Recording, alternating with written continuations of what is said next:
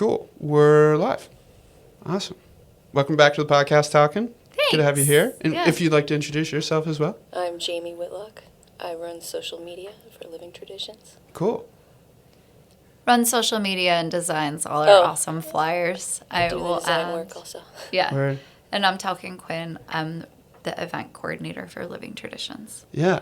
And so maybe for people that didn't hear the episode last year, if you just want to provide like a brief introduction of like how you got involved with the Living Traditions event series. Yeah. So Living Traditions is made possible through Mid-Atlantic Arts. They have a program called Central Appalachia Living Traditions, which provides grant funding to the Central Appalachia region. I want to say it could be missing a state, but I want to say it's like Virginia, West Virginia, Ohio, maybe Kentucky, but it's like select counties that fall into this geographic map that they recognized as being underserved and underdocumented for the traditions of the region. And I was part of a think tank where the community decided on the fact that like doing some festivals to promote our living traditions of the region would be a way to highlight, promote, and celebrate and help preserve these traditions. The grant that we have to run the programming is called Community Anchors. So it's trying to help us find ways to establish Southeast Ohio, with Athens kind of being the hub since we have a bit more support for the arts, as an anchor for Appalachian living traditions throughout Southeast Ohio. That's awesome. Cool. And how about yourself? Like, how did you get involved with like running the social media for Living Traditions? Well, I know Talkin. I've known her for a while, and she asked me to do some options for a logo. And then she asked me to do flyers, and Cool. then she asked me to do social media, and it's just kind of snowballed. That's awesome. And I'm Appalachian. I grew up in Southeast Ohio, so Nice. I'm What very part? interested. I am originally from like the middle of nowhere, Coolville. Yeah, for sure. And which is Athens County, but then I grew up in Meigs County, mostly out in the woods. Nice. That's really awesome. And so here today specifically, right, to talk about the Pomeroy event coming up on May 31st, 12 to 7. May 30th. May 30th, Saturday. Got it. Perfect. Yeah. So that's our next festival. This past year, so we ran the programming the first year, was focused on festivals around Athens County, and that was in 2023. After 2023, we decided to expand to not just be Athens County, but to have like 3 festivals, one in like a different county each time. So Meigs will be our first one this year. We'll do Perry County in August. That will be August 15th. And Athens County in Stewart, Ohio, October 10th. But yeah, so we're gearing up for this next one, May 30th, Saturday. The farmers market for Meigs happens beforehand, so we want to encourage people to come down and check out their farmers market. It starts at 10 and goes till 1. Yeah. And we'll be kicking off Living Traditions at the farmers market with a project through the Trillium Project, which is from Portsmouth, Ohio.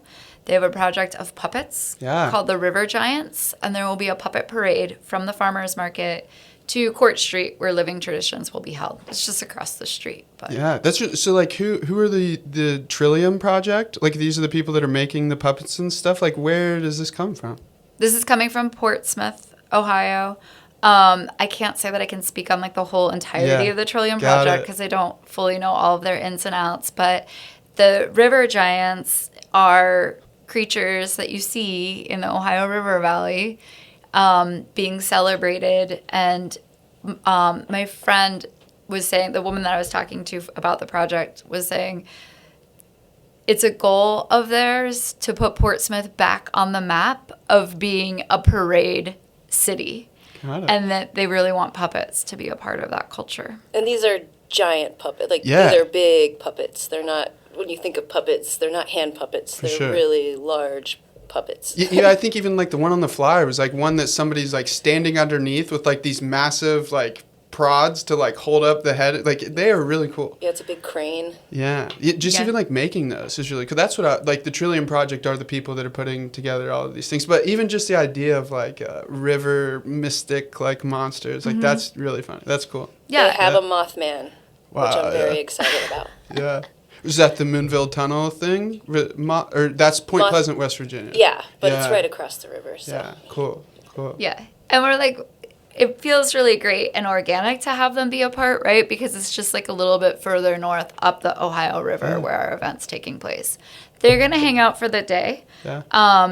Last I spoke with them, they were hoping to bring some stuff to like demonstrate how the puppets are made. Cool. But the puppets will be there. They won't necessarily be doing parades all day, but the puppets will be there for people to check out when they're not like in motion. Yeah, it's cool. Get some pictures with the river monsters. Yeah. Nice. And so that's how it starts off. And then herbal salves with Alice Prophet, who was not there last year. So new person this year. Yeah, Alice is new regarding being a new demonstrator at our festival, but she was part of our day-long herbal, what did we end up calling that? Herbal folk art? Folk craft. Folk craft, which was a workshop that we did at United Plant Savers over the winter. Cool. It was hosted in January, and she did a demonstration there about how to make salve. One of the reasons why we reached out to Alice is she's super knowledgeable. Her knowledge is really rooted in that folk tradition. Like she learned her herbalism through her grandmother. She's practicing this with her grandchildren. She has a business, like the business is a family business, and her grandchildren are a big part of it. She's sweet, super knowledgeable. It will be a great hands-on demonstration. Yeah, awesome.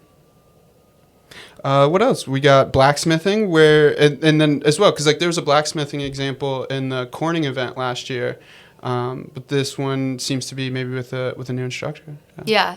So at Corning last year in Perry County, we had Mike Hoops, who is from Perry County, and this year we have Koya Mansfield. Thanks, Jamie. I'm glad you're here. Koya Mansfield, who a friend recommended him to me. They were like, oh, this person does blacksmithing. You should have him do demos. He's really into the history of blacksmithing and like the legacy of it and historic like replications. So he's going to talk about his journey of like doing those historic replications, how he like went through different programming, apprenticed with different people, and now has, you know, his own practice with blacksmithing. Nice. He has a background in archaeology, which is interesting. Yeah, and that's how he got interested in blacksmithing. I think that's how do you really make the leap from archaeology to blacksmithing? That's cool though. Nails. Oh. Yeah. Okay. That makes sense. Nice. So then also like this event, the one in Pomeroy was like different maybe than the other ones. Is this one like kind of spread out through the little like main drag of Pomeroy again this year? No, so Pomeroy is pretty much done. The fountain's not in yet. Yeah. But they're pretty much done with their pedestrian walkway renovation to Court Street. It looks so nice, yeah. It does look so nice. It's really beautiful. So this will be like the first event to happen on their pedestrian walkway, which is great.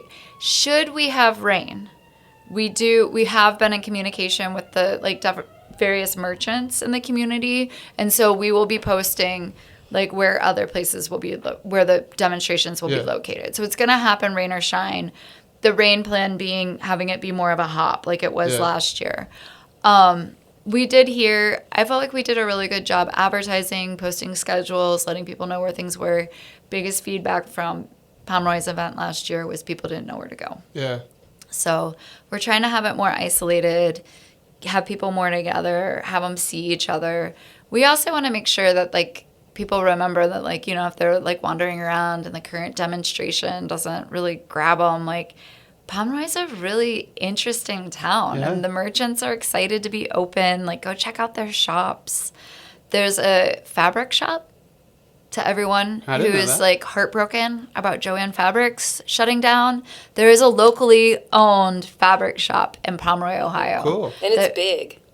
It's big. Great selection. Very knowledgeable people in there running the shop, which it's through that shop that we met the Forest Run Quilters. Is that right? Do I have the name right? Forest Run Quilters. And that Which is actually the next event after the blacksmithing. Yeah, that quilting group has been operating out of the same church basement since the early 1900s. Like, I want to say the date's 1912. That's I could be cool. wrong, but like I believe the date's 1912. They will be doing a demonstration on hand quilting. They're so excited to be a part again. Awesome. Wow. Forest-run quilters. What's next? The Laurel Valley Farm, talking about dairy farming and cheese making. That sounds really cool. Yeah. So, Jamie, do you remember how many generations of dairy farming Laurel Valley is? Not off the top of my head. I did see like the picture you posted on Instagram of like a little 11 or 12-year-old kid that was just like fully farmed up, like holding tools, just like this kid's already in it. Like I thought that was really awesome. Yeah, and that's who will be doing the demonstration. Oh, So really? it's youth, and these guys are like, they are enthusiastic about being the next generation in their family to be the dairy farmers. And like I said, it's multi-generation, like over 4 generations of dairy farming. They know the ins and the outs of the business. They'll be talking about that. I assume that they'll be talking about what they, why it excites them. Yeah. And they're going to be doing a demonstration on hand pulling mozzarella. Nice. That'd be interesting. Yeah, I've never seen that. Yeah, me either. Me either. Wow. And then what's next? Oh, some mandolin and instrument making. I think that'll be really cool. I don't remember seeing this guy's name before either. Yeah, Don McCroskey will be a new presenter this year. Cool. And Don McCroskey is one of our Ohio Heritage Fellows. He's been recognized by the Ohio Arts Council as being a culture bearer for our region and material culture. And that material culture is mandolin building. He is part of the legacy of Stu Mack. He was part of like banjo, where like the guitar building started on Banjo Hill, his avenue being mandolins. So I'm really excited to have him be a part. He's like hoping to play some music. He's inviting some other friends who have performed at Living Traditions before to come and hang out during the day. And then, he'll be talking about his journey of like how he got into instrument building and why. And he's been doing it for 50 years, maybe over 50 years. He started working for Stu Mack, I think, in the 70s. That's crazy. That's really awesome. Yeah, it is really awesome. It's pretty amazing. Wow. And so then that's actually last event. There's a dinner put on. The Pioneers 4-H Club. Like who is that? Like locally, what area is that? The Pioneers 4-H Club is like Pomeroy area, Meigs County 4-H Club. Cool. They're going to be doing a baked potato bar. We'll be splitting the proceeds with them, so they'll like get, like we're buying the materials, they're making the food. Perfect. So that will be, we're asking for donations. We're not, give what you can. Yeah. And mostly just like come and eat. Yeah. That's the most important part. And it's a lot of youth from the community. I want to say folks who are like between the ages of like 12 and 17. Yeah, that makes sense. Like the 4-H group. Yeah. Cool. Music by Jake Dunn, Renee Stewart Band, kind of to close out the evening. Yeah, so Jake will be performing. We're sort of visualizing a little bit more like acoustic style while the food meal portion of the event is going on. And then Renee will be coming on with her band around 5:45, 6 o'clock, something like that. Cool. Yeah, to close out the evening. I think we did forget Keely. Oh, Keely Leckler. Oh my gosh. Keely. What time is I- Keely Talked about her. presenting? Yeah, you're right. She's in between the cheese making and the mandolin making. Yeah. And Keely's another one of the like regional herbalists who was a part last year. She's probably the only repeat presenter. And she's presenting on herbs for, we're calling it like spring clean or like cleansing. And it's about your system and how to like use herbs to support your lymphatic system, which is the system in our body that really helps us like push through toxins and like if you're having issues with allergies or just like stuck congestion. So she'll be presenting again, and she's really great at giving information in a very like understandable, tangible way of like kind of complex issues, Yeah. Cool. Shout out Harvey Homestead. Yeah. Yeah. Word. Awesome. What so like at each of the Living Traditions series last year, there was kind of like those feedback forms. Like, did you guys implement any of that feedback or suggestions, or did any of these people what did you guys learn from last year that you're implementing this year? Have it in one central location. Yeah. I did like the Corning one. That was my favorite. Like, it was just in a field, and it was like, hey, here. That was really nice. Yeah. Yeah. Have it in one centralized location. We are hearing that people want more like hands-on workshops, but we're struggling with figuring out how to get that to happen. Like, multiple ones we've had to like reschedule because of like low registration. Yeah. And I don't know if that's the thing, is people don't want to like register, but we also like having hands-on workshops are really hard to coordinate. Well, just especially like making sounds or like the instruments, like how many instruments do you have access to fix and stuff like that? Yeah. I feel like that logistically would be very hard. Yeah. Cool. What else? The last time that we were here, you talked about how the Federal Valley Resource Center was like a really big hub for you guys. What else is going on out at the Federal Valley Resource Center? Is there going to be another event? That's the Stewart event? They'll be the host site for the Stewart event, October 10th. We'll make apple butter again. Cool. We'll have music again. I'm not sure who all will be there again. Probably the Cannabis Museum. I anticipate working with the People of Color Museum in Taylortown again. That was really cool. That was probably my favorite thing of all of the Living Traditions like events and presentations, was like getting to see that. Okay, so did you take the shuttle down? Yeah. And you felt like that went smooth? Yeah, I think it was really awesome. Like, I feel like we could have stayed there all day.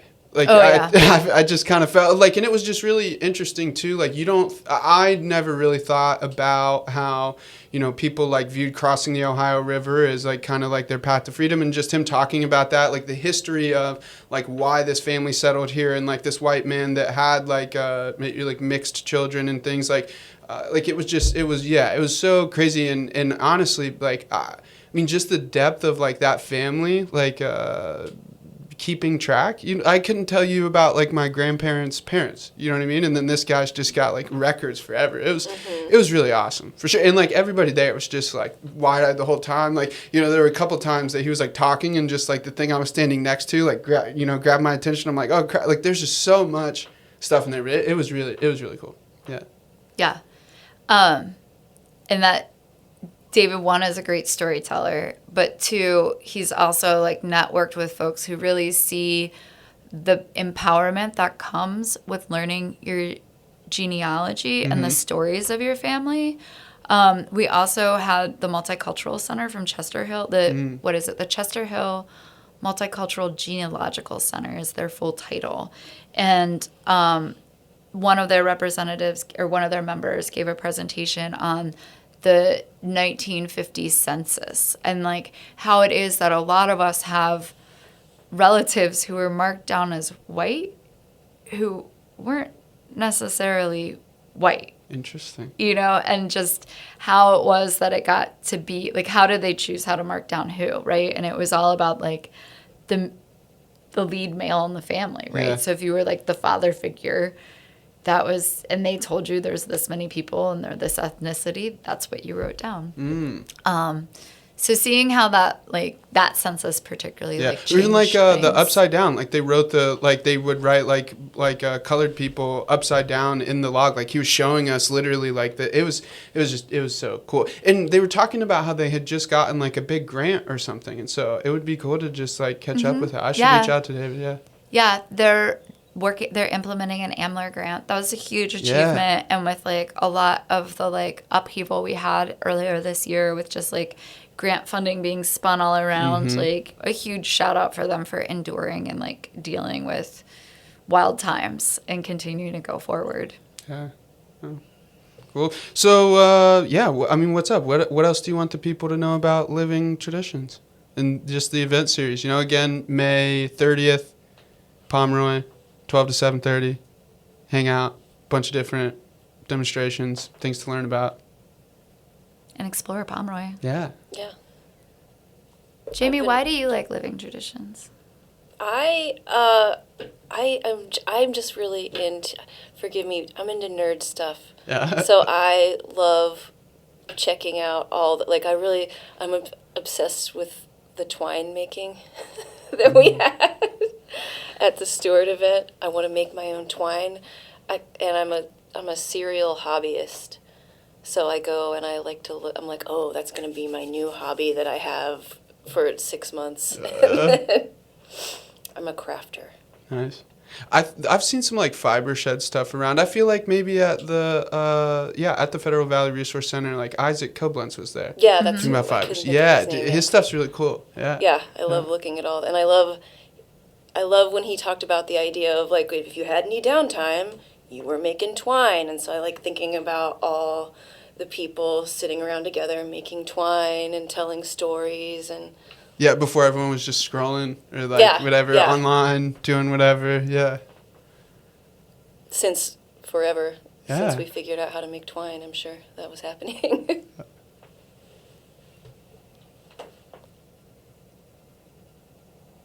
Fantastic. Another thing we want folks to be thinking about, like I kind of mentioned the workshops before, we'll be running workshops after the festival series ends this year.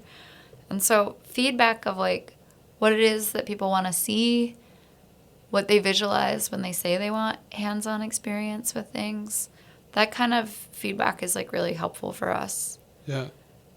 Feel free to comment those things on our social media also. It's a good idea. Yeah. We'll read them, pass them along. Cool. So then the difference, like a workshop would be like a standalone event. It's usually a little bit longer, and those are usually the opportunities that like people have hands-on versus like the Living's Traditions event day. It's kind of like a whole shorter snippets of more things. Like a workshop would be like more in depth. Like I for sure saw like the Kurt Cable broom making workshop, stuff like that. That's really cool. I also think that just like every event or like the sliding scale, no one turned away for lack of funds. Like I think that's really awesome. That makes it accessible to the most amount of people possible, for sure. Yeah. And so this grant will end next year. And we don't know if we'll be asked to do it again. Like our funders don't know if they will be like have a renewal. The Mid-Atlantic people? This is through Mid-Atlantic. So they don't know if they'll have a renewal. So comments about how empowering this is to the community, how it's like connected you to your roots, like how we're like actually succeeding in educating and transmitting knowledge is really, really helpful to ensure that we get money in the future. But also it's great to find ways to be sustainable on our own. So if folks can afford something on the sliding scale for the workshops, it's awesome because that funding we can apply to programming next year. Yeah. And we really mean it when no one's turned away for lack of funds. We're not like making you say like what you're making, and it's the same with the sliding scale. We just kind of pick a like range that we know is like typical for what people pay in like the highest scale or like the lowest scale programming. Yeah, and the idea with like, if you think of the festival as providing almost like commercials, like a taste. Yeah. Just a debrief of like, this is what it is. But if it's something that you're like, man, Alice is just like, her vibe is so chill and like, I want to spend a day with her. Like, we want to see that on the forums, or like Jamie mentioned, commenting on our social media, reaching out to us. You can always email us at livingtraditionsathens@gmail.com. But then, you know, if that's something that you want to see more of, we can reach out to those teachers. The festival series has been great for us to like provide an opportunity for folks who usually don't demonstrate to get a taste of it. And some of them are like, no, I hated it. I don't want to do it again. And others are like, you know, I think I could do a class. And so then the workshops are where you can get the more hands-on experience. You're looking at investing anywhere from like half a day to a full weekend, depending on the skill of the craft, right? Some workshops are three days, 1 day a week. Yeah, cool. Like Kurt's was like like he was building on the skills. And so feedback about what you want to see too. Like I want to do some hands-on stuff, but like I can only invest like half a day on a Saturday or something like that. It was great. That makes sense. So you have some workshops as well, right? I do. I am doing something I've never done before, which I am doing the tulip poplar bark workshop where we make what we call them baskets sometimes, but they're not truly baskets because they're not woven, but it's the oldest style of container that humans made. I'm doing it this year with Soulshine Farm, I think is their title. For sure, the Andy and mushroom people, Anna, right? the Yeah, mushroom yeah. I people. love them. Yeah, they're amazing. And they have a tulip poplar that they are going to cut down. So we're doing the workshop at their place. I tend to follow like the moon, like what phase the moon, or not just the phase, but what sign the moon is in. So we've chosen like a water sign, and that happened to be like on a weekday. So for the first time ever, I'm trying this workshop like after work. It's like Okay. 4 to 8. I think people probably, I mean, it's pretty simple technology. So people will leave with like the supplies to finish up if they Yeah. don't finish right there. Cool. And then I'm going to be releasing like a schedule of willow basketry classes for the rest of the year and my hide tanning. Yeah, experience tourism, which is like what we're trying to kind of build with Living Traditions, is to encourage people to first off have a pride in place and have a sense of pride for the uniqueness of our region and what we do, because so many of us were taught not to maintain these traditions. But also, you know, like as are building the Bailey's Trail system, my brain was spacing for a minute on what it is, and we want to see more tourism in our area. We don't want to see the people who live here be forgotten. We want them to be like uplifted and to show off like why our space is so uniquely beautiful and so rich in culture. So this is, you know, like we do want to see Living Traditions be something that's like rooted in community but open to others. Yeah, that's cool. I thought that somebody that came on the podcast was talking like that project in Pomeroy, like they were doing like another like kind of like facelift, like 10 or 15 minutes up there. Like I thought there were a few different projects, like the same grant that funded the new space in Pomeroy, like also a couple other small river towns. Like that's exciting. I believe so, yeah. I mean, at least a couple years ago, and so we're seeing the money be implemented now, there was a lot of funding being offered for creating spots of cultural tourism in our region. And you know, like I said, it's like the biggest thing is like preserving it, right? But then we have to ask ourselves, like, what does sustainability look like today, in today's era? And tourism might be a way that we do that. You know, we might be able to like help people supplement some of their income by teaching these food ways, these herbal practices, these hobbies that they've had, that they've inherited from their environment. Yeah. I feel like it's like stretching down the state, like via Hocking Hills. I feel like ever since COVID, like there's been a ton more tourism in the Hocking Hills area, or like I just see everywhere I go, I see billboards for Hocking Hills. So like it's kind of coming down 33, which is a good sign. I think people are really craving hands-on experiences now. The more we rely on technology, the more these old things are, people crave those. I want to touch something. I don't want to just scroll. I mean, sometimes I do want to scroll, but Yeah. I still want to learn about crafts while I'm scrolling, I guess. Yeah, there you go. I think there is concern too with like the tourism from Hocking Hills traveling down here, right? I've Because heard if we look at Hocking County, a lot of people who are generationally from there are getting, they can't afford their property Priced out. taxes. Yeah, They're getting priced out. Yeah. And so like how do we prevent that? I think that's not the goal of Living Traditions. The goal of Living Traditions is to help like document and preserve these traditions and like encourage them to continue to evolve. But I think that as we're looking at, you know, like culture is like a really big thing, and economics are a part of it. And as we see our culture changing, and we're wanting to make sure that like we have some economic stability, that like we're looking at ways that seem sustainable for our region and aren't forgetting like who's from here and like pricing people out. Yeah. No, I mean, that's like a tale as old as time, right? Like that's what people call gentrification. It's like the increasing of property values to the point that the local community kind of can't be there anymore. And it's like, wait a minute, you just took this place and made it every other place that we were priced to. I mean, that I've heard that concern, certainly. And we have people in the family that are around the Logan area that for sure have felt that pressure. Yeah. Mm-hmm. Yeah. it's a balancing act, right? Like, you want them to come in, but you want to, like, yeah, keep the community intact as well. Yeah.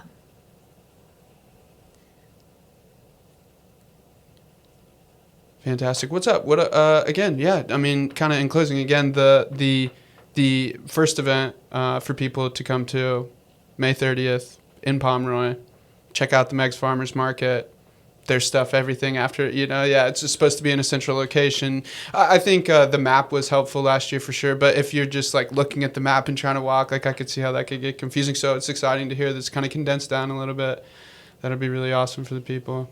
And follow our social media. If we have rain, we'll be going into some of the buildings. Cool. So, pay attention to that.